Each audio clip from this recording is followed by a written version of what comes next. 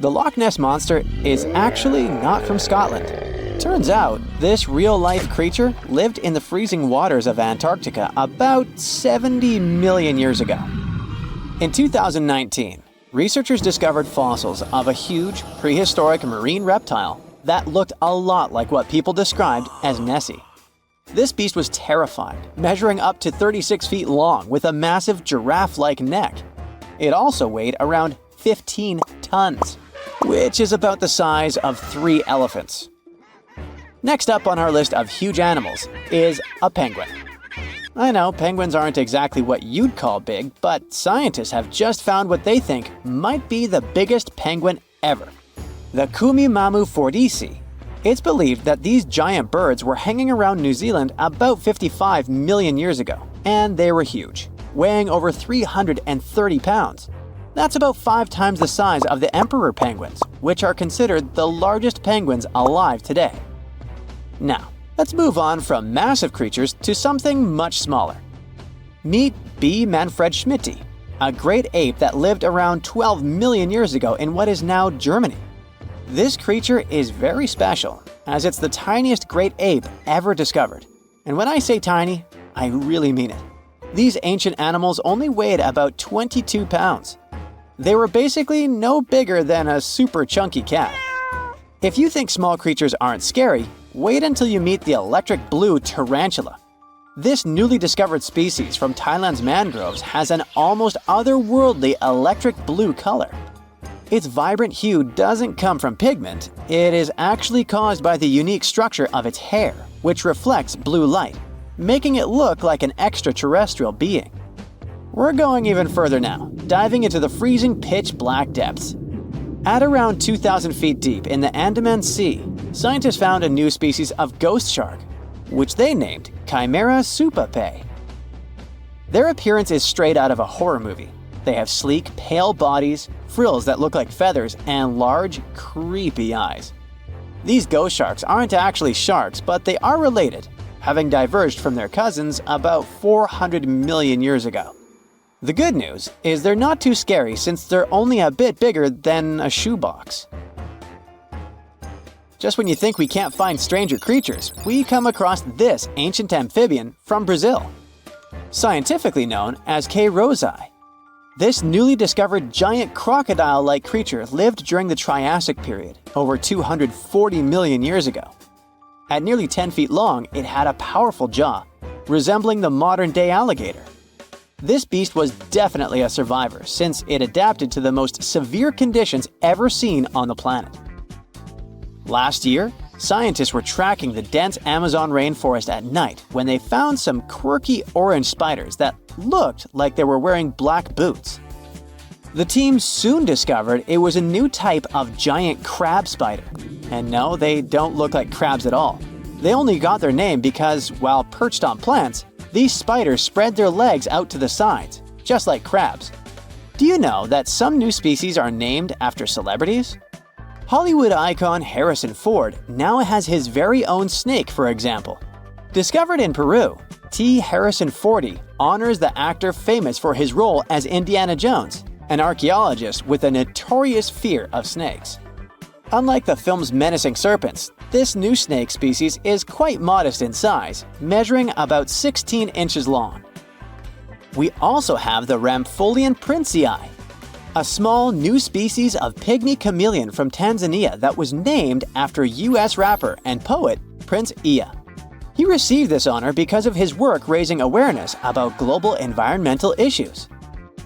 Another celebrity namesake is DiCaprio's snail-eating snake, which hangs out in the shrubs of Panama's forests.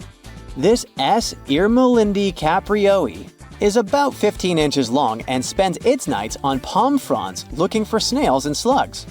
Its round eyes look like glowing coals that can be a bit scary, but overall, the creature is super chill. Even when it feels threatened, it doesn't bite. It just coils up around its head and gives off a really bad smell. Now something a bit more sinister. Meet Venomius tomhardii. Does that name ring a bell? Exactly. This new species of spider was named after Tom Hardy's portrayal of the infamous Marvel character Venom. And all because the black spots on the spider's abdomen reminded researchers of the famous anti-hero. Most spiders of this species were found in Australia at night, sitting in their elaborate webs in forested areas near the coast. When disturbed, these creepy crawlers often hide in silk-lined hollows in tree branches. We've also got something for the Lord of the Rings fans. In the vast and warm waters of the Amazon River, scientists have just discovered a new species of pacu. This fish is a relative of the terrifying piranha, with a plant-based diet and human-like teeth. It was named Myloplus sauron because of a bold vertical black mark on its side, which reminded researchers of the fiery eye symbol of the villain Sauron from Tolkien's epic saga. Wait, is that a tanned capybara or a wild dog? Well, actually, it's neither. This is a newly discovered dwarf deer. This tiny creature, about the size of a basset hound, scurries through the forests of Peru. The combo of large eyes, stocky body, and short legs makes this animal simply adorable. This cute little deer is the complete opposite of what we've got coming up next. This bizarre-looking creature is what we believe the beast of 5 teeth might have looked like. Its fossils, found in Chilean Patagonia, showed that it lived during the age of dinosaurs, about 72 million years ago. This finding is just another piece of evidence that mammals had been roaming around that part of South America much earlier than we thought. Moving from the forests of South America to the deserts of Australia, we come across a sand dragon lizard, known scientifically as Cteniferus tayacalpa. With its sandy color and long, lean body, this lizard looks like it could star in a Dune movie. Discovered last year, this sand dragon lizard blends in perfectly with the hot sands of the Great Victoria Desert in southern Australia. For over 10 years, a large-eyed creature managed to hide from scientists who ventured into the mountains of southwestern China. But not this time. In 2023, the group finally managed to take photos of 7 frogs that didn't match any known species. They're now known as Leishan odorous frogs, a species that grows to be about 2 inches long and has small bumps all over their grass-green bodies. Off the coast of Chile, we have recently found a seamount nearly 4 times as high as the Burj Khalifa. Underwater mountains are usually home to beautiful life forms, like sponge gardens and ancient corals. But this Chilean seamount also hid a creature known as the flying spaghetti monster. It's a rare type of squid with long noodle-like tentacles that make it look like an underwater pasta dish. Including its tentacles, this strange creature can be over 130 feet long. Recently, scientists were diving into the cold waters of the Antarctic Peninsula when they thought they had found an ordinary dragonfish swimming by. But there was something unusual about this one. It turned out that this fish had 2 darker vertical stripes along its slender body. That's when they realized they were looking at a new species, the banded dragonfish. From bizarre sea creatures to a cute one. In 2017, locals were diving near Kume Island in Japan when they found the skeleton panda sea squirt. This deep-sea oddity quickly won people over with its look because its black spots actually resemble a panda bear's eyes and ears. At least if you have a good imagination. This unusual creature filters water to catch its food, and is yet another reminder of the ocean's hidden wonders. The South Pole is more than penguins and endless snow. There's a hidden ghost world within it. Look, it's right here on the globe. Don't confuse Antarctica with the Arctic, which is at the top of our maps. Much smaller in size, and, let's face it, way less mysterious. The ice sheet covering Antarctica is about 1 to 3 miles thick, which is up to 16 Eiffel Towers stacked on each other. This massive blanket hides the true features and contours of Antarctica's land. We still don't know much about this mysterious continent, and it is ice and snow that are to blame. We still don't even know the true shape and size of this continent. Mapping Antarctica without some huge shovels is an incredibly hard task. But satellites learned to penetrate the ice with their cameras. And now we know there's actually an enormous, dramatic ancient landscape beneath the snow. The ghost of the past. About 90 million years ago, Antarctica was a much warmer place. it was actually a lush rainforest with tons of plants and probably teeming with life. It even had rivers flowing through it. Then the ice came. This happened about 34 million years ago, during the transition from the Eocene to the Oligocene, when our planet cooled significantly. It was the beginning of one of our several ice ages. The land remained, but now was hidden under ice and snow that got thicker and thicker. To a regular eye, Antarctica turned into a white desert, vast, flat, and featureless. Time went on. This massive ice sheet moved around, smoothing and shifting the ground beneath it. Over the millions of years, it changed what the land looked like. Now, if we looked under the ice, it wouldn't hold any signs of the original South Pole, except for one place. In areas where the ice is especially thick and doesn't move much, like in East Antarctica, it has actually worked the other way around. It became like a super thick blanket that protects the land. Normally, things like wind or rain slowly wear away the ground over time, changing its shape. But since we have this protective ice blanket, it prevents these natural processes from reaching the stuff underneath. So, the ground stayed almost the same for millions of years, like it's been frozen in time. This special area near the Aurora and Schmidt subglacial basins has become the ghost of Antarctica's landscape. This place was barely touched even since it was first covered in snow 34 million years ago. This is a historical footprint, a place that can tell us what Antarctica's ground looked like before it became a freezing nightmare. As scientists peered under East Antarctica, they saw an amazing ghost. The traces of the rivers that were flowing there millions of years ago, various valleys, and some weird little islands, as well as 3 big chunks of land shaped like the letter U. Hey, what's that all about? You see, the continents on our planet are moving constantly, sliding along the red-hot lava mantle like cereal on milk. Over history, they came together and broke apart several times. Hundreds of millions of years ago, several continents were a part of one enormous Gondwana. Antarctica was one of them. It used to be one huge landmass.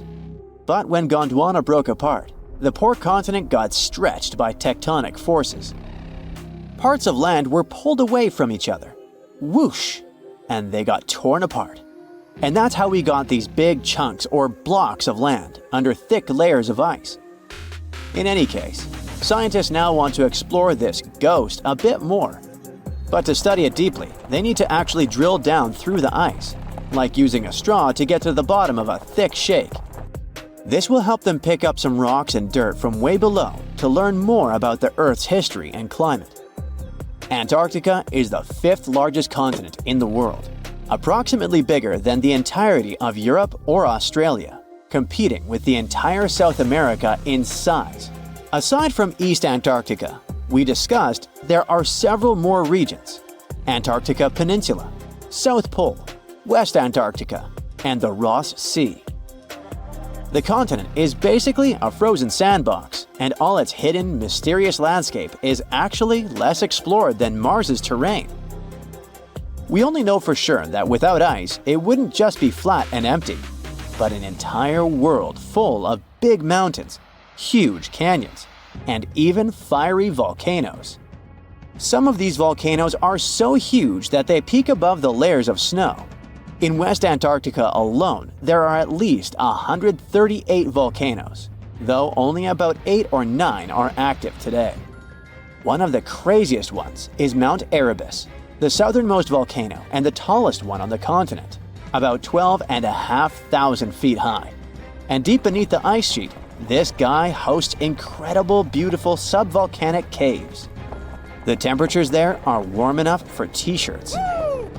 The Antarctic Peninsula, or Lesser Antarctica, looks like a bunch of mountainous islands deeply underground.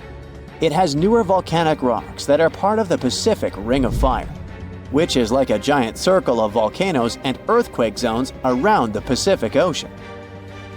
The Greater Antarctica is a huge part, almost as big as Australia. It consists of East Antarctica and the South Pole. Beneath the ice, It's a place of rocks that have been around for a very, very long time, including the special zone we mentioned. You probably know that Antarctica is nearly devoid of humans. No wonder, with a mean temperature of about -46 degrees Fahrenheit. But even though this place is horrifyingly cold and deserted, life still clings on. You guessed it, in the underworld. In 2017, scientists found DNA traces of algae, moss, and even possibly unknown small animals in the deep caves. That means that even in such crazy conditions, there are still unique ecosystems thriving in little isolated warm pockets beneath the snow. There was another incredible find beneath Antarctica's Ross Ice Shelf, a lively ecosystem vibing within an underground river. Scientists have long suspected that Antarctica's underworld should have some freshwater lakes and rivers. One day, a satellite spotted a groove there. They decided to explore it and used a hot water drill to melt their way through the ice. As they reached the underworld, they dropped a camera into one of those hidden fresh rivers. And at first, they thought they'd find just some rocks or something. But instead, they stumbled upon hundreds of amphipods, tiny shrimp-like creatures. Little ones instantly swarmed around the lens. Shrimps blocked the camera and scientists couldn't check out what they wanted to. Pretty funny, but at least that means that there really is an important ecosystem deep within Antarctica. Now, they're gonna explore it. And all this is just the beginning of the mysterious underworld. Antarctica's snow also hides the deepest canyon on Earth under the Denman Glacier. Well, Mariana Trench is still the deepest point on Earth, but it's a part of the oceanic crust, geologically speaking. Also, in 1958, explorers found a huge mountain range under the ice, as big and tall as the famous Alps Mountains. The range stretched for about 745 miles with peaks as high as 1.7 miles. And all this magnificence is buried under tons of ice. Who knows what else we might find there? Antarctica holds about 60% of our entire planet's freshwater, which means it would be pretty bad if it melted. For example, there's this Doomsday Glacier, officially known as Thwaites Glacier. It's a huge ice formation, about the size of Florida, and it's melting right now. Every year, the sea levels rise by 4% because of it. If this guy melts away completely, the sea levels all around the world will increase by 2 feet, which might not sound like a lot, but it would be catastrophic for coastal areas. Luckily, researchers have found that even if its ice shelf were to collapse in the next 50 years, the glacier itself wouldn't retreat as quickly as they feared. It's still losing ice rapidly, but it would be quite a slow process. There's nothing around, just the eternal, endless whiteness of Greenland's snow and cold winds blowing into your face. Nothing hints at the impending catastrophe. You take another step and freeze in horror. An abyss is spreading at your feet, bottomless and dark. If you had made a bigger step, it would have swallowed you. That infamous Greenland's hole. It happened in the middle of the 2010s. A group of geologists were scanning the surface of Greenland's Hiawatha Glacier using radar when they spotted something very, very strange. It was a giant pit, more than 980 feet deep and almost 20 miles wide. That's big enough to fit inside Washington, D.C. or Paris. After staring at their radars for quite a while and scratching their heads, researchers decided to find out what could have made such a huge hole. Could it have been good old erosion, a raging volcano, an asteroid impact, a giant sandworm? Ugh, I might have gone a bit overboard with this worm idea, but you never know with these ancient glaciers. Anyway, in our case, one mystery seemed to lead to another, which had been puzzling scientists for decades. And to solve both of them, scientists needed something super common, but at the same time very important: quartz, one of the most abundant materials in Earth's crust. But before we dig deeper into this topic, let's make a small detour and talk about a pretty bizarre phenomenon called the Younger Dryas event. To see what it was like, we need to go deep into the past. as far back as 12,900 to 11,600 years ago. During that period, the planet became much colder, especially in Europe and North America. Now, let's talk a bit more about that weird climate change in the Northern Hemisphere. There are a few theories. One that involves a change in currents in the Atlantic Ocean. Another speaks about something large kicking tons of dust into the air and effectively blocking sunlight. The two most popular and likely hypotheses mention a volcanic eruption and an asteroid impact. Indeed, there was a volcanic eruption on the territory of modern-day Germany at around the right time. But there's also a probability that a space object struck the planet during this period too. And now let's get back to the hole scientists found in Greenland. When NASA's Ice Bridge program and Germany's Alfred Wegener Institute discovered it, it seemed they had finally found the reason for the Younger Dryas event. But was it really an asteroid that created that impressive pit and caused temperatures to drop all over the Northern Hemisphere? To test this theory, the researchers needed quartz. The thing is, in its pure form, quartz has a very simple structure. It's made from interlocking silicon-oxygen tetrahedra. Efficient and so pretty. Just look at these six-sided prismatic crystals. Since its structure is so simple and the components are so common, you can find quartz almost in any rock on the planet. At one point, magic happens. Larger rocks erode away, pushing out tiny bits of quartz sand. The scientists exploring the mysterious pit gathered the quartz sand that had been washed out from underneath a glacier. It was like looking at the rocks at the very bottom of the hole without having to actually get all the way down there. Very handy. So, while examining the material, they discovered quartz grains with the telltale signs of terrible catastrophe.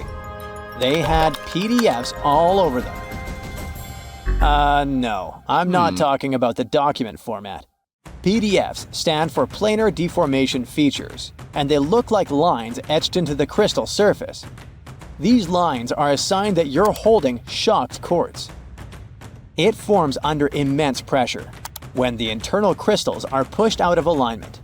But the most exciting thing here is that shocked quartz only appears under the influence of powerful forces, like massive impacts or terrifying explosions.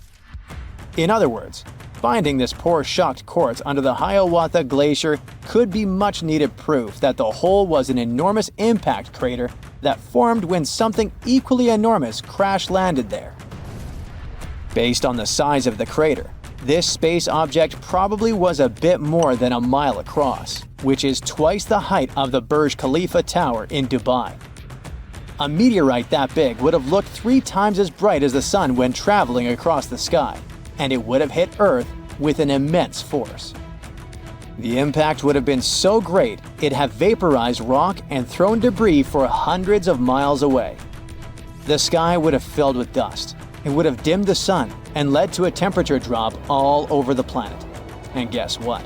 The last part about decreasing temperatures got the researchers super excited, because it opened up a possibility that the impact could have been connected to the Younger Dryas event. To prove this idea, scientists decided to use quartz again. They examined it more closely, trying to date the impact. Well, they were in for an even greater shock.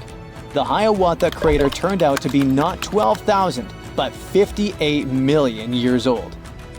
On the other hand, the researchers were disappointed that they hadn't been able to confirm their theory. The crater couldn't explain the Younger Dryas cold snap, but on the other hand, it was still an amazing discovery.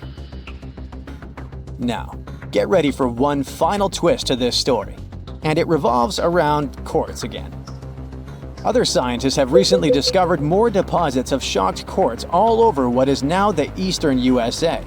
It was hiding in sediment layers dating to just before the Younger Dryas. Interestingly, there aren't any craters around those sites whatsoever. But quartz can't lie. It provides evidence of a powerful explosion. It makes scientists think that their impact hypothesis might still be true, but instead of a collision, it could be an airburst. A massive comet could have broken up while entering Earth's atmosphere around 12,000 years ago, and the fragments could have exploded before reaching the ground. It would have caused catastrophic mass burning throughout the North American continent and messed with the climate so much that the Younger Dryas would have been triggered.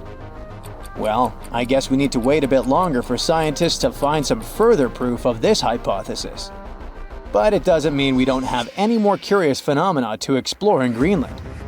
Take these fascinating holes. They sure are kinda smaller than the monster we were talking about. They're called moulins, and they carry surface meltwater all the way down to the base of the Greenland ice sheet. And they have prepared some surprises for us too. Apparently, they're way larger than we previously thought. That's what a recent study based on observation and first-hand exploration claims. Even more interesting, this high volume might influence the stability of the ginormous ice sheet in question, as well as the speed at which it's sliding towards the sea. Researchers think that increased water depth and pressure inside moulins might lubricate the base of the ice sheet, making it move faster. You know, the way an ice cube slides more easily on a thin film of melted water. Until recently, we knew too little about the real size of moulins and how much water they can hold. But now, we know that moulins can be giant. The team made 2 trips to the Greenland ice sheet in 2018 and 2019. And during each of them, they used ropes and climbing equipment to drop around 330 feet into 2 separate moulins, almost touching the water's surface.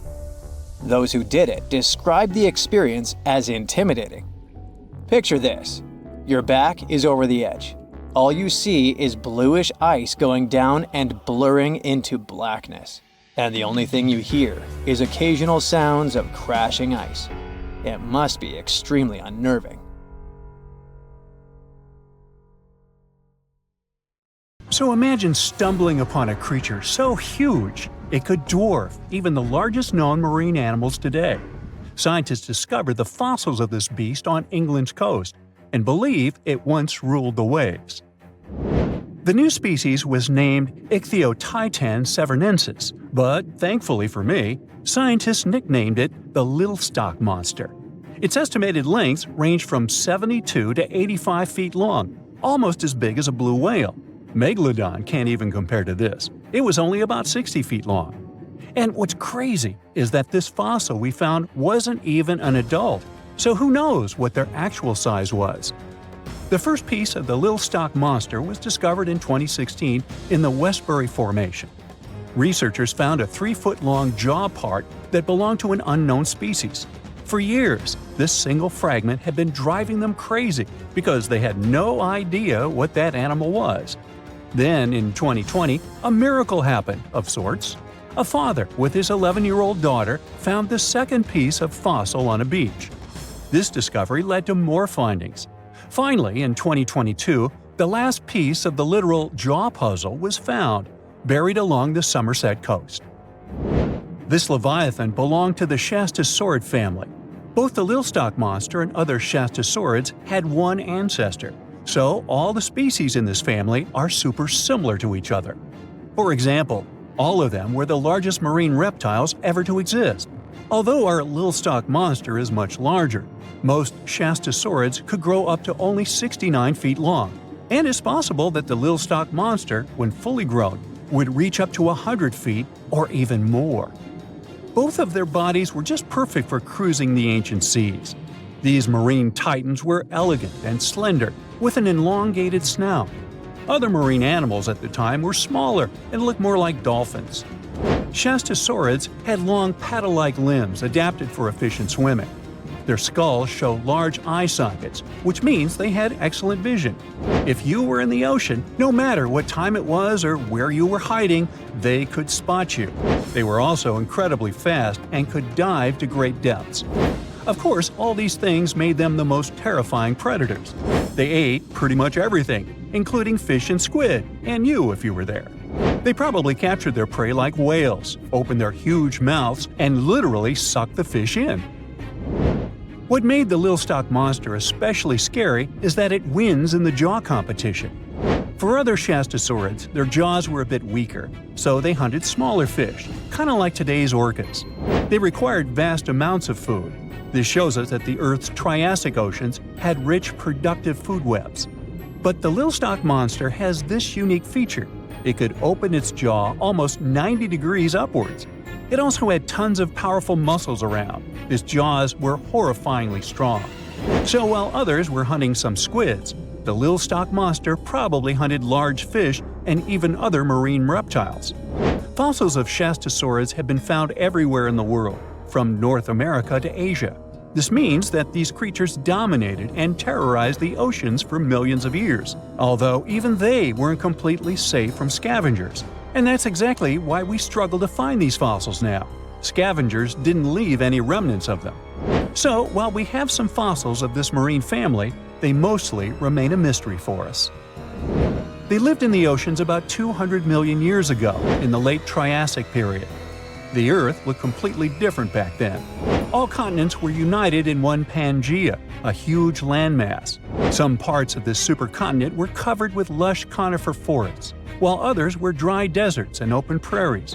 It was before the famous Jurassic period, but there were already first pterosaurs and amphibians. It seems like those monsters were crazy resilient. The Triassic period was super unstable, but they survived through many changes in the environment. Well, until the last one. The Triassic extinction came out of nowhere. It was one of the Earth's big 5 extinction events. It wiped out almost all species on the planet, including these leviathans. It's still not clear what happened exactly, but it looks like there was a huge tectonic activity. Volcanoes in the oceans were going crazy back then. These massive volcanic eruptions have probably altered the climate and ocean chemistry, leading to the extinction of many species. Scientists have a theory that it might have happened because there was a rain of comets flying to our planet from the Oort cloud. This likely happens about every 200 million years or so. I wasn't around then, so I'm just guessing here. In any case, after the extinction, the Earth took some time to recover. Then it entered the famous Jurassic period. More terrifying sea monsters were on the way. One of them left us a colossal skull. This fossil is 150 million years old, and it also belonged to a sea beast from Jurassic times. They called it the Sea Rex. The name is very fitting. This monster could have broken a car in half with one bite. It was also discovered accidentally. A fossil enthusiast was walking along the Jurassic coast. This place is famous for having tons of ancient fossils, all because of the erosion in stormy weather. Typically, people find small spiral fossils here. However, this time, he discovered a giant sea monster fossil. Excited, he contacted scientists. They arrived at the spot right away and then had to carefully climb down a cliff to search for the rest of the skull. This fragment alone is 6.5 feet long. Turns out it's a newly discovered species of pliosaurs, giant predators of the ancient seas. Pliosaurs were among the largest marine predators ever. Some of them grew up to 40 feet long. They used their huge teeth to snatch and devour prey, including other reptiles. Well, at least those creatures are far gone. But what about the horrors that still live in our oceans? Recently, biologists discovered the world's longest animal, the one that's still alive to this day. They found it off Australia's coast, on the Gascoyne coast, a very mysterious and unexplored place. There, underwater vehicles stumbled upon a frightening 150-foot-long siphonophore. That's twice as long as many blue whales and 3 times as long as a humpback whale. Doesn't it kind of look like one of those toy string worms? But this creature isn't friendly at all. It's a string-like deep-sea predator. What's even more scary is that this isn't actually one creature. It's a colony of small clones working together as one. Basically, collective consciousness. Ooh, Borg. Together, they stretch out like a single long string in the water. This creature might be the longest siphonophore ever found, and it was discovered at a depth of around 2,000 feet. Siphonophores, similar to jellyfish, capture their prey by dangling stinging tentacles in the water. When their tentacles touch small crustaceans and fish, they get paralyzed, and then they're reeled up to the colony's body. Expeditions to Western Australia's underwater canyons were definitely worth it. Together with that siphonophore, scientists have discovered up to 30 potential new marine species. Among them were a new octopus or squid, a long-tailed sea cucumber, glass sponges, and giant hyroids, colonies of animals resembling upside-down jellyfish. None of them have been seen before in Australia. But most of them weren't as scary as the one that was recently discovered in the Gulf of Mexico. This creature is straight out of a sci-fi thriller, a 26-foot-long mangapinna squid or bigfin squid. It was discovered near an offshore oil rig at a depth of more than 7,800 feet. It has incredibly long elastic tentacles, which can be 15 to 20 times longer than its body. It holds them at right angles to its body, making it look even creepier, almost as if it has elbows. And yes, it's another deep-sea predator. These 10 tentacles probably help the squid trap their prey and drag it onto the seafloor. We barely know anything about this extraterrestrial-looking creature because they're very hard to find and study. And if you think their tentacles are awful, just check out these creatures with 20 arms. This thing looks like a facehugger. This new species is lurking in the frozen depths of Antarctica. Experts were searching for cryptic sea animals known as Promachocrinus, or Antarctic feather stars. They're kind of similar to starfish and sea cucumbers, but have an otherworldly appearance and can live up to 6,500 feet below the surface. It's called the Antarctic strawberry feather star. Despite its pretty name, its appearance is anything but cute. It has a bizarre strawberry-like body from which 20 spindly arms branch off. Its coloring ranges from purple to dark reddish, and the arms all have different lengths and thickness. Who knows how many more of such scary creatures we'll discover in the future? So, since 2000, the world has been hit with more than 1,700 earthquakes with magnitude greater than 5. Many happened around the Ring of Fire, located around the Pacific Ocean. In North America, the biggest threat is the San Andreas fault line, which can create an earthquake of a magnitude higher than any other, earning it the spine-tingling nickname, the Big One. The potential destruction of California is a terrifying prospect that could have unimaginable consequences. But the Big One is just the beginning of what's to come. Bad news! Scientists have predicted an earth-shattering event that will occur in 2030. Like it or not, there's a 70% chance that we'll experience the Big One, and it will be an earthquake with a magnitude of 6.7.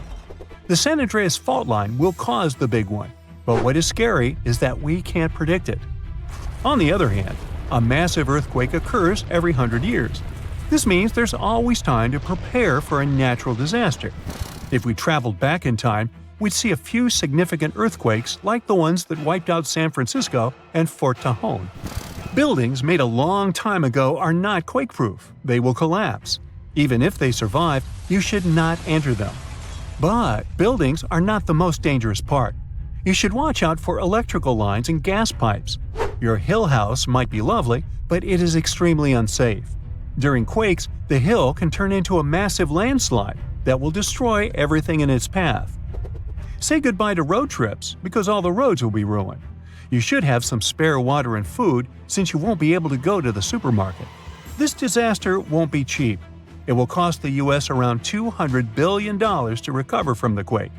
At least the earthquake will not trigger tsunamis, but there's something that can cause more damage than the Big One. The notorious Cascadia subduction zones start in California and ends up all the way in Vancouver, Canada.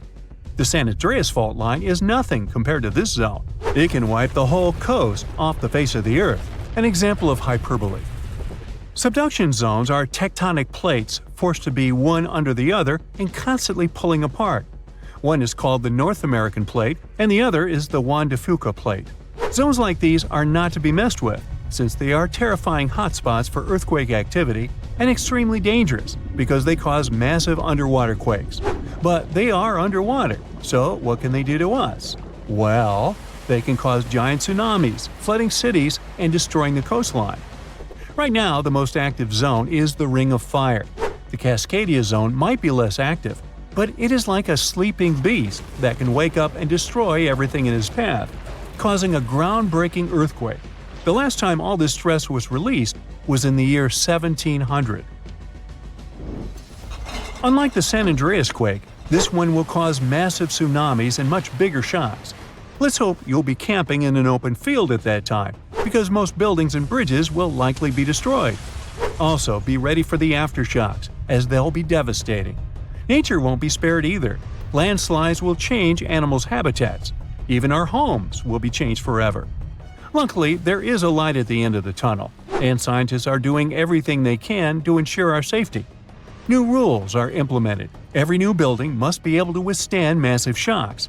They're developing modern warning systems, and every new infrastructure must follow strict quake-proof guidelines. The Juan de Fuca and the North American plates are locked together, but they won't stay like that forever. When they unlock, get ready for a massive shake. The closer you are to the epicenter, the more damage you'll experience. But even if you are lucky to be far away, you may still feel the ground shaking for some time. Now, if we compare the Cascadia subduction zone and the San Andreas fault, we'll see how much more dangerous the Cascadia zone is. In 1994, there was an enormous 6.7 magnitude earthquake in the Northridge area, close to the San Andreas fault. Sadly, many people didn't make it, and some were injured. Back then, buildings were not strong and earthquake-proof, and many of them were damaged. The Cascadia subduction zone can potentially cause a magnitude 9 earthquake. A magnitude 6 quake has the power of around 44 million pounds of dynamite, but a magnitude 9 has the power of 44 trillion pounds of dynamite. The strongest ever recorded quake was in Chile. Its magnitude measured 9.5, and it destroyed most everything. So let's say you've survived the quake, but the struggle is far from over. Soon after, a massive tsunami will strike, with waves that might reach up to 100 feet in some areas. That's so unlike the San Andreas earthquake, which can't produce any significant waves.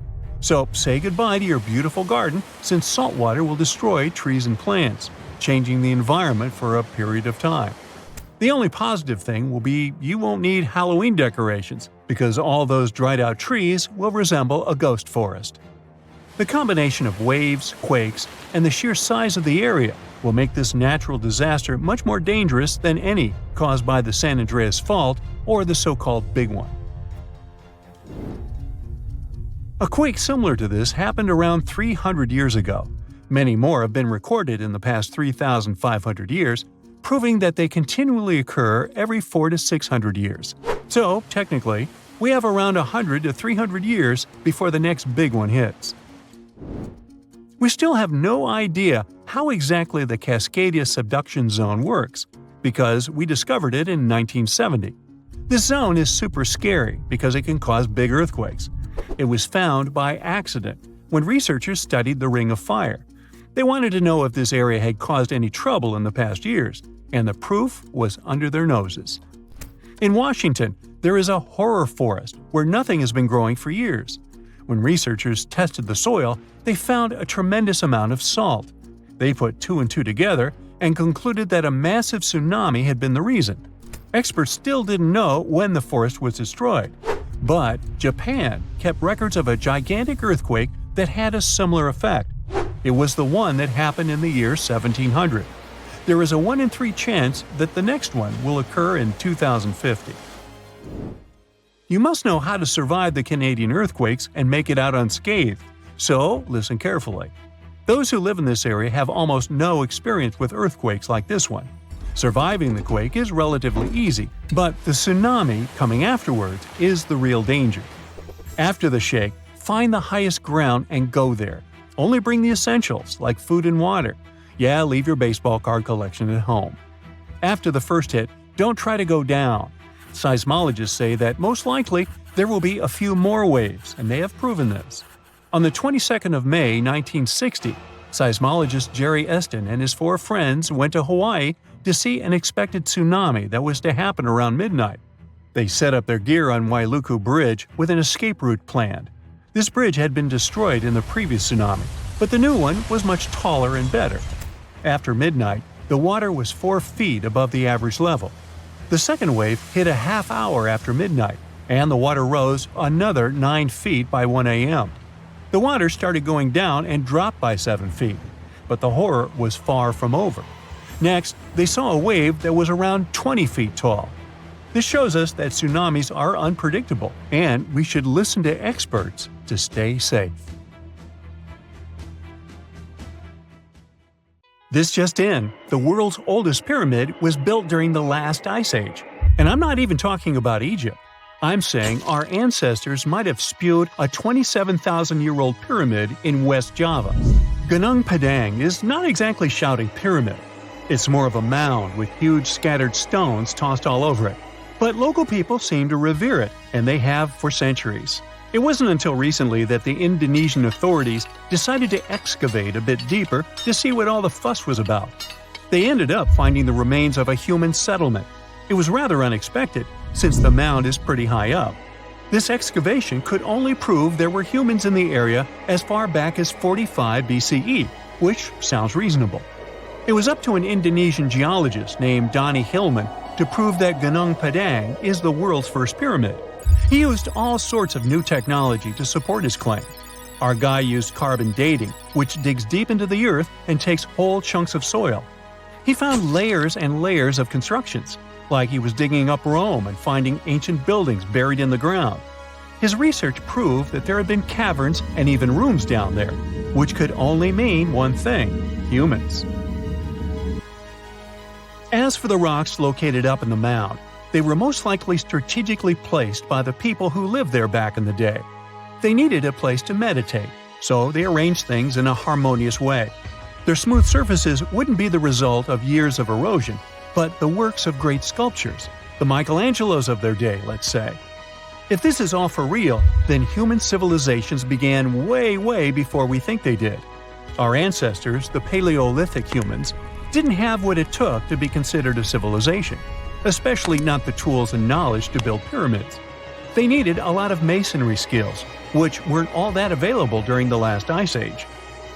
His peers don't share this view, though. They could believe Hillman's theory if he had found evidence such as charcoal and bone fragments, but he didn't. Flint Dibble, another archaeologist, says that without concrete evidence of human activity, there's no proof of an actual pyramid. In this case, all the data proves is that the soil in the mound dates back to 27,000 years ago. He thinks the rocks on top of the mound just slipped down the hill, like rocks normally do. Only a complex society would have managed to build a stepped pyramid like they claim it was. But according to Bill Farley, an American archaeologist, there's just no reason to believe there were any settlements in Indonesia during the last ice age. Now, just so you know, the oldest known ancient society with this kind of knowledge is probably 11,000 years old and used to occupy the region of modern-day Turkey. Take a look, Turkey's Göbekli Tepe. It's also not a pyramid, but it's the oldest monolithic construction made by humans. Back in the Neolithic period, a lot of people settled there, and there are proofs for it. For example, the walls there are covered in ancient drawings of clothing and wild animals. Until recently, the title of the world's oldest pyramid went to a three-sided construction known as the Djoser Pyramid in Egypt. Djoser is located just a few miles south of the Giza complex in a town called Saqqara. It made its way to popular culture more than once. In the 18th century, it became a common feature in European paintings. Young men from the cultural elite did a grand tour around the world, and Saqqara was at the top of their list. It was also featured in the video game Assassin's Creed, with a digital representation way more accurate than many historical drawings of the thing. That was kind of a big deal in ancient Egypt, to build pyramids for kings to spend their afterlives. And if you thought the Khufu pyramid was the oldest one in the world, well, Djoser was built 70 years ahead of that time. The development of new technology has allowed archaeologists to make groundbreaking discoveries, and a new, or should I say ancient pyramid in South America might win the title in dispute. It turns out that pyramids were also pretty fashionable in the Americas in the old days. Among them are the iconic pyramids of Guatemala's Tikal temple complex, the same ones that appeared in Star Wars No. 4. But to find the oldest pyramid in the Americas, one would have to travel to Peru. Deep in the Peruvian desert, archaeologists stumbled upon a sprawling ancient metropolis known as Caral. At first, researchers believed that the settlement was pretty recent, since the site was way too complex for ancient technology to handle it. As we said, Caral is a desert town, like Las Vegas, but without all the hoopla. This means no easy access to water. And for cities like these to thrive, they need a considerable irrigation system, which leads us back to complex technologies.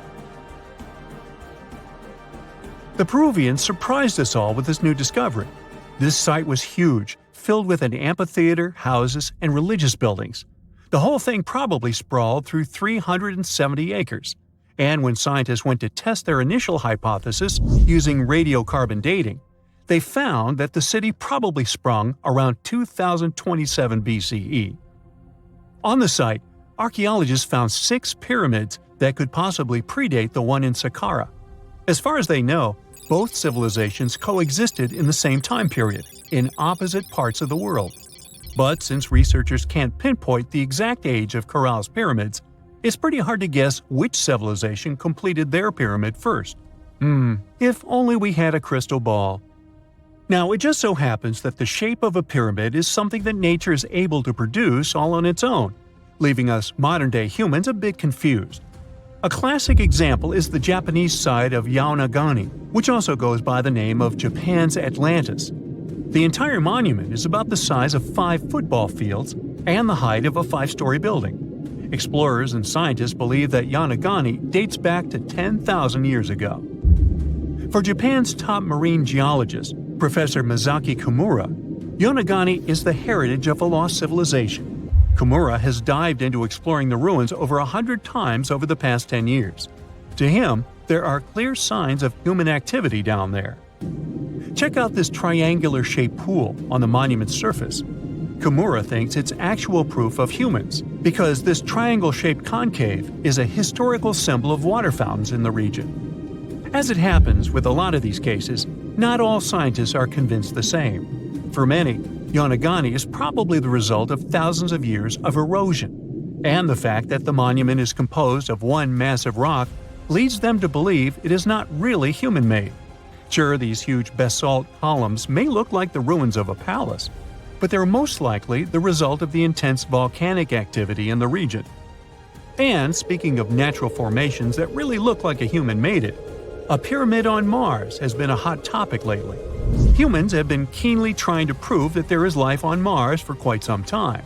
But some are stretching it really far, saying that little green or gray people built a pyramid on the planet to try and build their own civilization.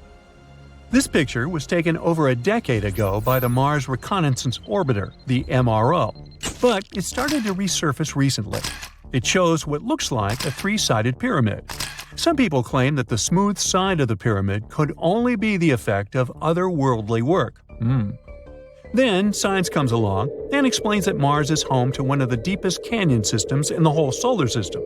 The so-called pyramid is located in what is known as the Kandor-Chasma region. This Martian region has a bunch of similar formations that are nothing more than the result of erosion. Nothing supernatural going on there, apparently. Now, get this. Octopuses are visitors from outer space. Here's how this would have happened. Ice-kept eggs of octopuses stuck in spatial bodies crashed into Earth. Then these guys would have mixed together with a pre-existing set of genetic information available on our planet. And presto, octopuses were born. Well, it may be a long stretch to justify that the highly intelligent octopuses are extraterrestrial beings. But the idea is based on a theory that has been around since ancient Greece, something known as panspermia. Now, panspermia is a hypothesis that says life exists all around the universe, not only in planets. So, things such as space dust, asteroids, and even spacecraft have their share of life glued to them. And when they travel across the galaxy, life is disseminated. This strand of thought has been polemic, since it goes against the idea that all life originated right here on our planet. But as much as this new octopus theory might be refreshing, it doesn't contribute too substantially to the search for life on other planets. It's just too hypothetical. Now, octopuses are in fact incredibly old. The oldest known fossil belongs to an animal that lived almost 300 million years ago. FYI, this is before our dinosaur buddies roamed the Earth. Wait, there's more! Octopus arms have a mind of their own. That's because 2/3 of their neurons lie in their arms, not in their heads. This means that their arms can problem-solve how to open a shellfish, while their owner is worried about other stuff entirely. Talk about ninja-level multitasking. Oh, and like other animals, such as chimpanzees and dolphins, octopuses have proven to be good at maneuvering tools, like picking up old shells and using them as a temporary home. Now, of course, the most intelligent animals on our planet are humans, according to humans. But we don't seem to give pigs enough credit. Pigs are so smart they can play video games. No, not Minecraft. But in a recent academic study, scientists had 4 pigs play a joystick game. They had to manipulate the stick so that the moving ball would hit the wall and then they would get a treat. All 4 pigs did great in the test, which was surprising even to the scientists. Now, pigeons also aced an impressive test. They were trained to differentiate a Picasso painting from a Monet one, which they had no trouble learning.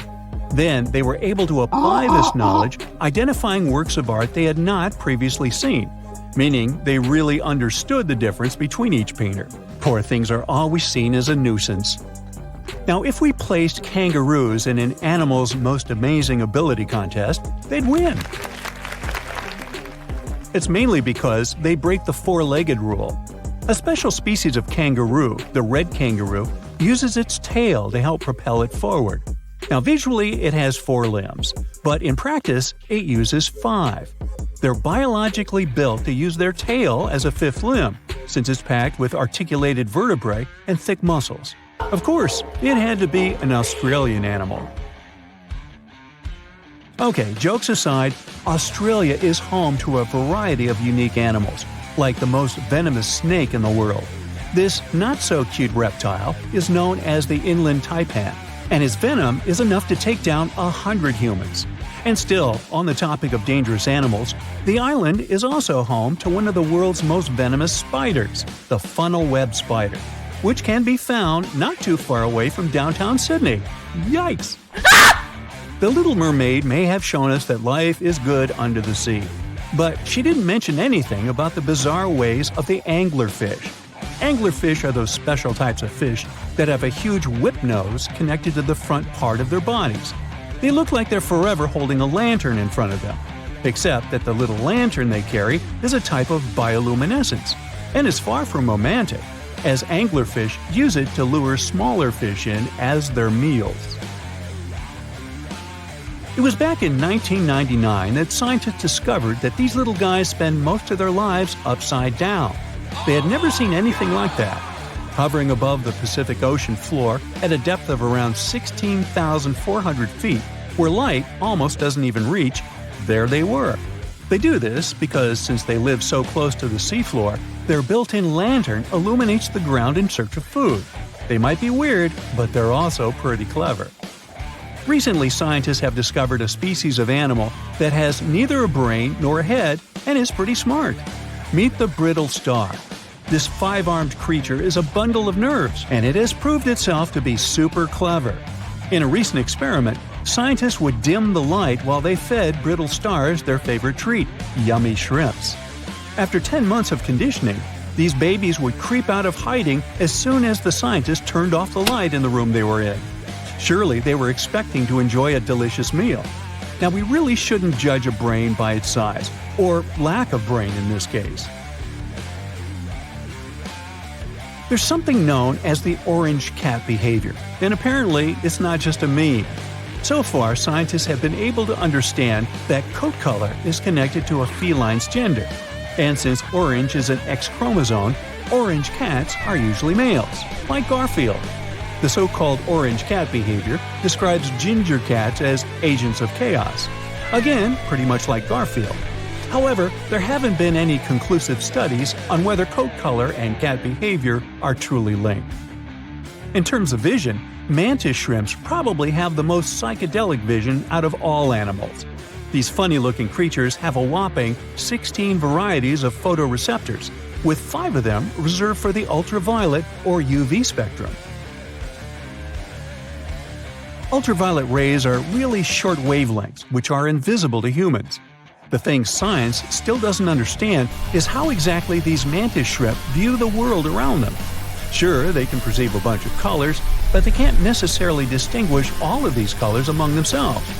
It can be that they just see a lot of really vivid, really blurry colors, but we haven't figured out a way to check that out.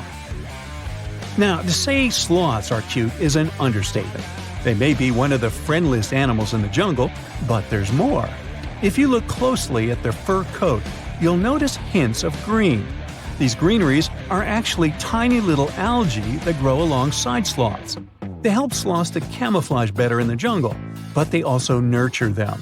The little cracks inside a sloth's fur create the perfect environment for algae reproduction, and scientists have found species of algae that don't exist anywhere else in the world. They do get by with a little help from their friends. Deep within the Sahara Desert, you'll find a little creature known as the fennec fox. This huge-eared animal adapted perfectly to survive in its hostile environment. The huge ears help them to dissipate the unbearable heat of the desert, as well as help them to hunt for underground prey. Now meet this guy. Unlike what its name might suggest, the red panda is closer to a raccoon than it is to a giant panda. You'll find a lot of these cat-sized creatures in the Himalayan region, hopping from tree to tree and bundled together trying to keep warm in the harsh weather. They're gentle and friendly like their big panda cousins, and occasionally enjoy eating some bamboo sticks. And then there are bees. Compared to humans, bees' brains are the size of pinheads, yet they are capable of astounding things. Let's say a bee is running low on energy after a long search flight. This bee desperately needs a drop of honey in order to continue flying, but smartly enough, she doesn't need to go back to the hive to recharge. She can ask a fellow beehive mate for a drop of honey directly from this other bee's stomach and continue flying. This type of decentralized system allows them to build highly effective societies, one that bees don't need to push through the queues in front of the honey cells, for example. Hey, just kidding. Oh wow, there's a hole in the bottom of the ocean! It seems that the ocean has a leak. But it's not like a leak you would expect, where water is flowing out. It's more like a spring since water is flowing in, not out. This unique leak is something we know as Pythia's oasis. A grad student was the one who accidentally discovered it. He noticed bubbles that were rising to the surface. Normally, bubbles in the ocean tell us there might be some hydrothermal vents, which are hotspots for some pretty cool things. These vents are actually like hot springs on the seafloor, but instead of bubbling with warm water, they release a fluid that has been superheated in the crust of our planet. When seawater seeps into these cracks and travels deep into the crust, it comes into contact with the extremely hot mantle. This heats seawater to very high temperatures, and as it moves back up towards the surface, it carries dissolved gases and minerals. When the hot fluid shoots out of the vents, it mixes with the surrounding seawater and quickly cools down. Just a short distance away from the vent, the temperature can drop to a comfortable 68 degrees Fahrenheit or so, which is, as it seems, exactly what some creatures like. And there are some real weirdos living down there in the darkness, like ghostly fish, giant red-tipped tube worms, and a unique type of shrimp with eyes on their back. And some of them, like tube worms and bacteria, rely on the chemicals and minerals released by the vents to survive in harsh conditions. But in this case, the bubbling water didn't come from a hydrothermal vent. It was there because of a spring, and that's a bit more concerning. You see, the water in this reservoir needs to stay where it is. If too much of it seeps out, there could be some serious consequences, especially for the surrounding area. You can see this unusual leak along the Cascadia subduction zone, which is a massive fault line off the Pacific Northwest coast. It's a place where two pretty big plates that make up Earth's crust come together and slide along each other. The water from Pythia's oasis kinda acts as a lubricant between these plates. You can think of the fault zone as an air hockey table. When the fluid pressure is high, it's like you've turned the air on. That means the friction between the plates is reduced, which allows the plates to move. But if the fluid pressure is lower, the two plates can lock together, which then leads to the buildup of stress. Not that they'll feel bad. In the context of tectonic plates, stress is some pressure or force that can cause deformation. And if this stress starts to build up, at some point, it's gotta go somewhere. When it's too much, it can trigger earthquakes and most likely, not small ones. For example, a release of stress in the Cascadia subduction zone could lead to a magnitude 9 earthquake. For comparison, the biggest earthquake we've ever recorded happened in Chile in 1960, and it had a magnitude of 9.5. The damage was enormous. So we hope the water will stay in its reservoir and keep maintaining the delicate balance between the tectonic plates. We've explored only 5% of the ocean. Who knows how many cool things are there at the bottom, waiting to be found? For example, check out these mysterious holes scientists have stumbled upon in the depths of the Atlantic Ocean, near the Azores. They're neatly aligned and are about 4 inches apart, or in some cases, even several feet. They resemble punctures left by a sewing machine. Some think these holes could have a biological origin. For instance, some fish may have made them while walking along the seafloor. Others believe we could be looking at something that's human-made, maybe left by a spiked tire. Of course, such holes are perfect for making up stories about creatures from other planets who allegedly made them. Or maybe even legendary monsters, like that one from Loch Ness. It's definitely hard to explain such symmetry of the holes, but one deep-sea biologist offered a pretty good explanation. He said there could be an animal burrowing beneath the sediment, and from time to time, it could make little chimneys just to get access to clean water circulation in its small burrow. I mean, there are sediment piles around the opening of each hole, and they do support the idea that something pushed the soil from below. But there's still no proof these holes are actually connected beneath the surface. And there are also a lot of things hidden at the bottom of the oceans and seas that ancient civilizations left us. For instance, archaeologists made a really cool discovery off the southern coast of Croatia, a road hidden under layers of sea mud that's 7,000 years old. They found the ancient road at the sunken Neolithic site of Solin. The site of Solin was a human-made island in ancient times, and an archaeologist discovered it 2 years ago. He was studying satellite images of the area around Korčula, one of the beautiful Croatian islands. When he realized there could be something interesting at the bottom of the sea, he dove into the water with his colleague. And under the surface of the Adriatic Sea, which is part of the Mediterranean Sea, at a depth of 13 to 16 feet, they found stone walls that were most likely part of some ancient settlement. The landmass where people built the settlement was separated from the main island by a narrow stretch of land. Luckily, this area is protected from big waves by the surrounding islands, so the site remained relatively well preserved. It's now hidden beneath the surface of the sea and covered in mud. But it's so exciting to imagine how people walked on that road nearly 7,000 years ago, visiting nearby settlements. If you want to see the weirdest creatures, you can always head to the bottom of the sea. Actually, scientists have determined there could be more than 30 potentially new species at the bottom of the Pacific Ocean. They've collected them using their remote-controlled vehicle. That's a big step because until recently, they could only study such creatures through photographs. I'm talking about segmented worms, different types of coral, some invertebrates similar to centipedes, and many others.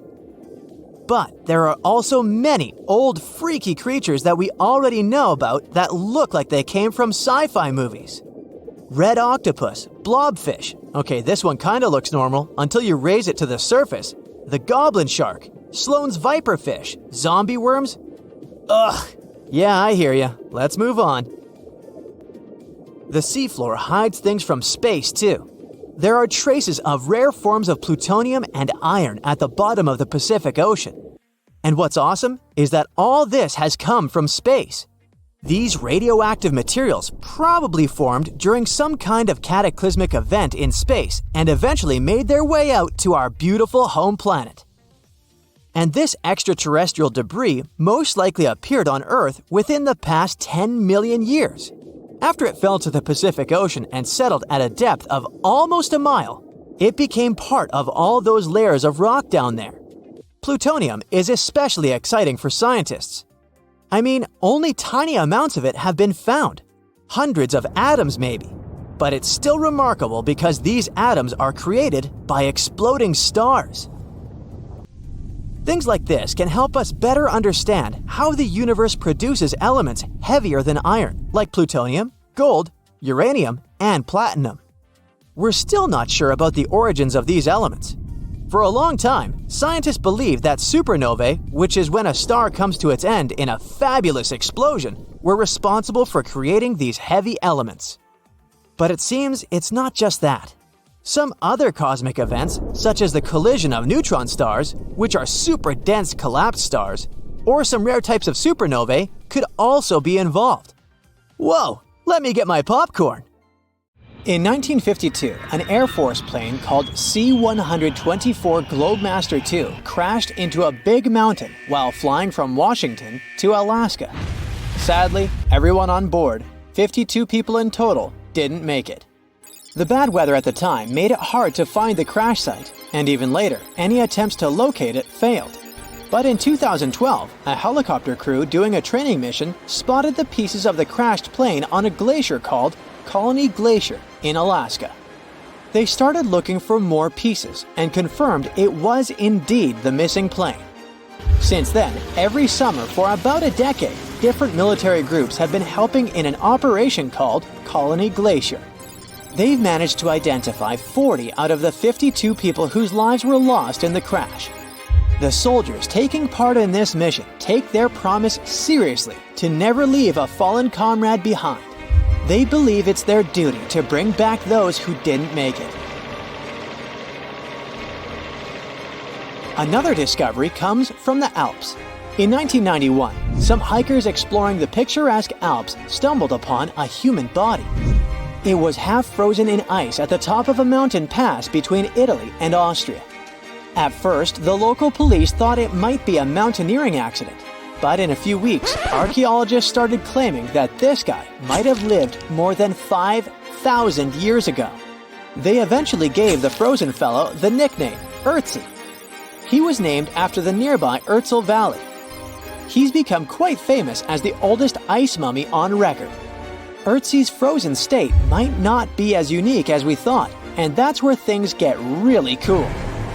Archaeologists have another theory. See, at first, everyone was convinced that Ötzi marked the start of a cooler period because he had been frozen in the ice without any interruptions since he had lost his life.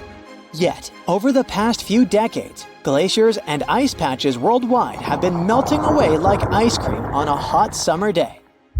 Not just Ötzi, but other ancient relics like bodies, hunting gear, horse droppings, and even ancient skis started to appear.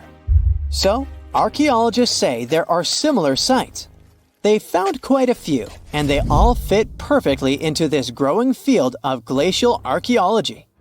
It seems like as the world warms up, it will show even more ancient secrets from the deep freeze.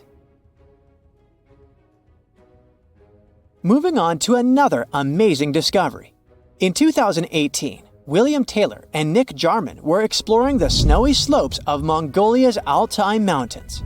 They found an ancient treasure trove hidden in the ice. Inside the trove, they found a well-preserved 3,000-year-old arrow shaft adorned with ochre markings. It was in pristine condition, a rarity for organic items that old. They found other items too, like a bronze arrowhead with bits of animal sinew still attached. All of these relics had been untouched for hundreds of years, since they had been locked in the ice. In Mongolia, rising temperatures have melted ice patches that remained frozen for centuries. Similar discoveries have been made in the Yukon, US, Italy, Siberia, and Norway. Thousands of sites have been identified. Yet, scientists are racing against time to document and preserve these artifacts before they're lost forever. The study of these artifacts challenges the definition of these environments as wildernesses and shows how indigenous people coexisted with nature there. Sometimes people find simple items too, as simple as a sandal. This one, discovered on one of central Norway's mountain passes, indicates that people used this route roughly 1,700 years ago. This suggests that there was less snow and ice in that area back then. The sandal, dating back to around 300 BCE, resembles Roman sandals of that era. Again, in Norway, hunters found an iron sword high up on a mountain, more than 5,250 feet above sea level. There's no nearby burial site, and it's puzzling why someone would have a sword in such a remote location. Archaeologists speculate that the owner might have become lost. Then, in 2011, unusual objects resembling giant slingshots began to emerge as the ice melted. Radiocarbon dating suggests that this particular object was crafted around 400 BCE. It measures over 3 feet long and has knife cuts. Those puzzled archaeologists until one team member recognized them as tang, or pliers, used to secure loads on sleds when transporting hay or leaving for animal food. People in the area used hay sleds with pliers until the 1950s, when tractors became more common. Now, let's get back in time to thousands of years ago. We can easily do that by looking at this woolly mammoth. This creature looks a bit like a cherished but slightly worn-out toy. This ancient giant, whose heyday was 39,000 years ago, is the best-preserved mammoth ever found. Even its signature shaggy hair is surprisingly well-preserved, having been trapped in glacial ice until its recent discovery in Siberia. This remarkable animal is stepping into the limelight in Yokohama, Japan. Scientists are running tests that might bring this extinct species back to life. When they stumbled upon this female mammoth, they uncovered a hidden treasure, a sample of her blood preserved beneath the ice. So they believe this ancient blood could hold the key to resurrecting the mammoth. They also found well-preserved muscle tissue. She was between 50 and 60 years old when she met her icy fate. The discovery of mammoth blood has reignited debates about the ethics of bringing back extinct creatures, like in Jurassic Park. Their ambitious plan is to implant an egg into a living elephant for a 22-month pregnancy, hoping that at least one living mammoth cell might survive. Hop on, we're going to the French Alps. We are at a spot not far from where an Air India plane tragically crashed 46 years ago. We're accompanied by a diligent mountain rescuer and his neighbor. They went to this area after a bunch of tourists had noticed a strange-looking thingy on a glacier. It was a bag. The Indian embassy in Paris got wind of it, and it was all set on getting that bag. What makes it kinda cool is that it had diplomatic mail and Ministry of External Affairs written on it. The Air India flight was on its way from Mumbai to New York when it took a nosedive in January 1966. It took 117 people on board down with it. Guess what else was inside the bag besides the soaked diplomatic mail? It had a stack of old Indian newspapers. So, alongside those, they also found bits of the plane's cabin, a lone shoe, and a bunch of cables. Totally unexpected treasures on that mountain. During the summer of 2013, scientists stumbled upon a message left behind by a geologist named Walker, who had placed it there 44 years before. That message sort of served as the man's last testament. He passed away just a month after hiding the bottle in the rocks on the island. The content of the message was quite astounding. In 1959, Walker had measured the distance from those very stones to the glacier's edge, and it clocked in at a mere 167 feet. By 2013, that distance had ballooned to 400 feet. Researchers are convinced that this stark contrast between the two measurements underscores the consequences of ongoing global warming. Imagine the melting ice in Norway's mountains as a time machine revealing a treasure trove. Nearly 800 Viking artifacts tucked away for over 1,000 years have been unearthed. They give us a peek into the bustling trade networks of the Viking era and the critical role of the mountain passes in this ancient commerce. Among the finds are leather shoes, cozy woolen mittens, stylish tunics, feathered arrowheads, horseshoes, walking sticks, and kitchen gadgets from the Viking chef's toolkit. There are even Viking pack horse souvenirs.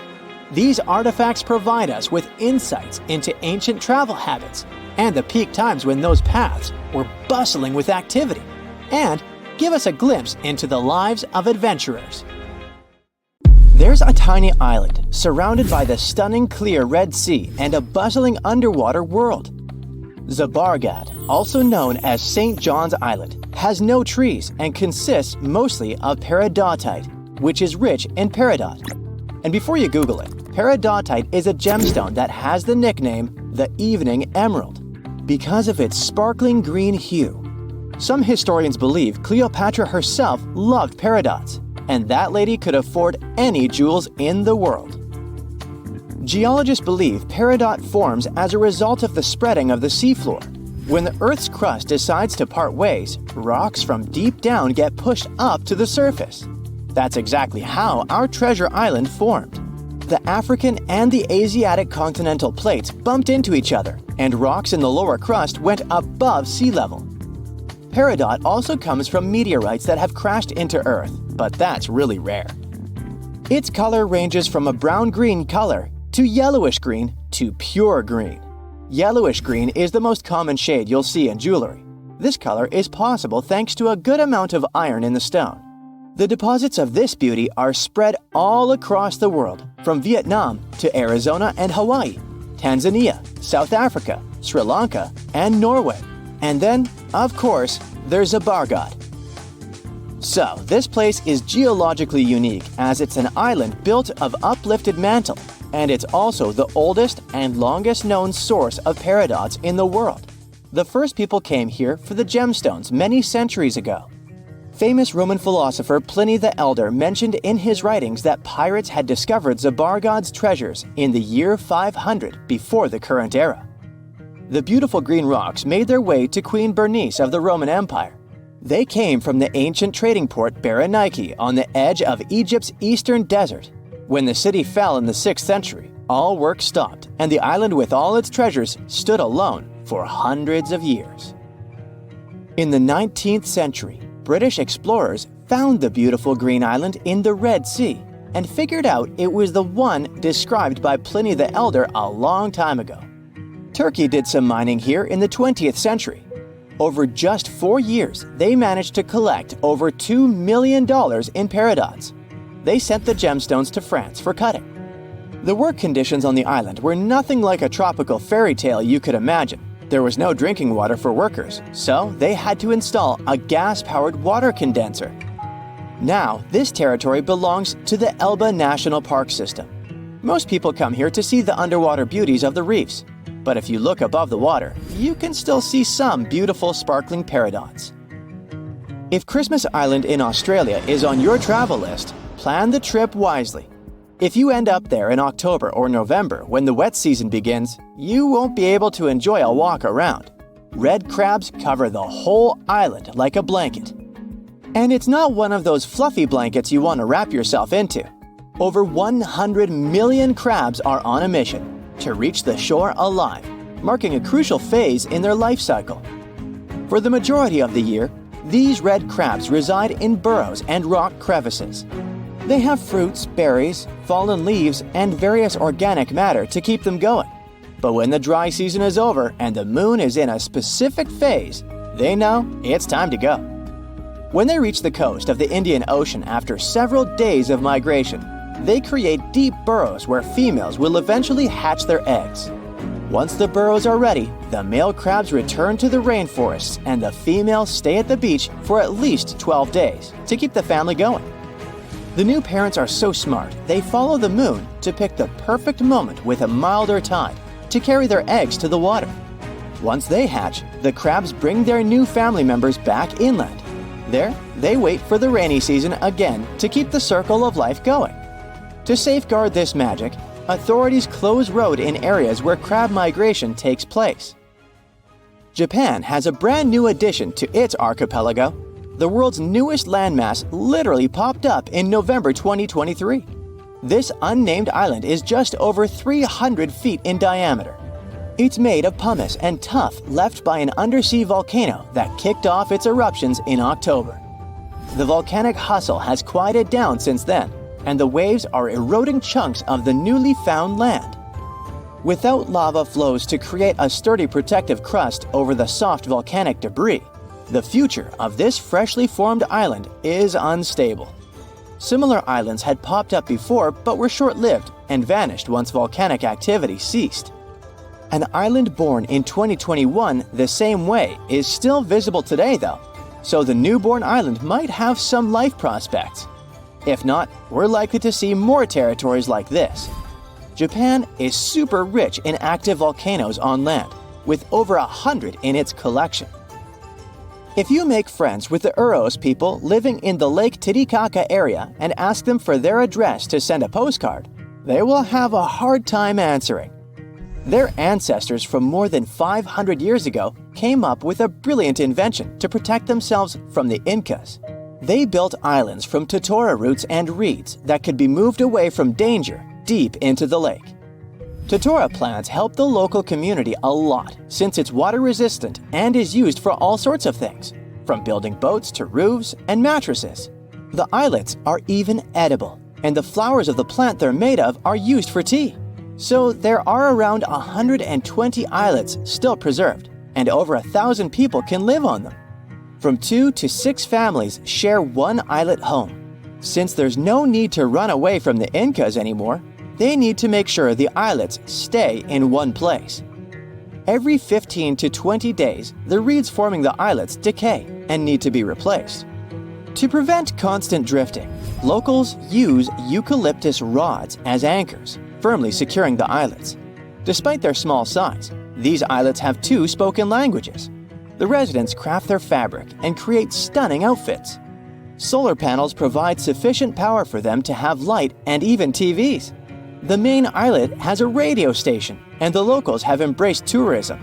You can make a reservation online and experience the floating life yourself. Some islands pop out of nowhere, and others disappear without a trace. One of the most famous so-called phantom islands is High Brazil off the coast of Ireland. Before you ask, no, it doesn't have anything to do with Brazil. High is a variation of I, which means island, and Brazil comes from the root bres, meaning mighty, great, beautiful in Irish, and it gave the name to one of the local deities. This tiny mist-covered island was first mapped in 1325, but later attempts to pinpoint its exact location didn't come to one result. So, legend has it that the island appears only once in 7 years, and even those who claim to have seen it say they had just sailed right through it without bumping into any land. Captain John Nisbet shared the story of how he had not only spotted High Brazil, but got stranded on it with his crew. According to him, the island boasted a castle and was mostly uninhabited. There was even an encounter with an ancient grave gentleman who shared the island's ancient history over a lavish feast. In the late 15th century, a series of expeditions set sail from Bristol to find the famous island. All attempts failed, and High Brazil disappeared from the maps in 1865. We might never find out if it was there in the first place, but it's a beautiful story anyway.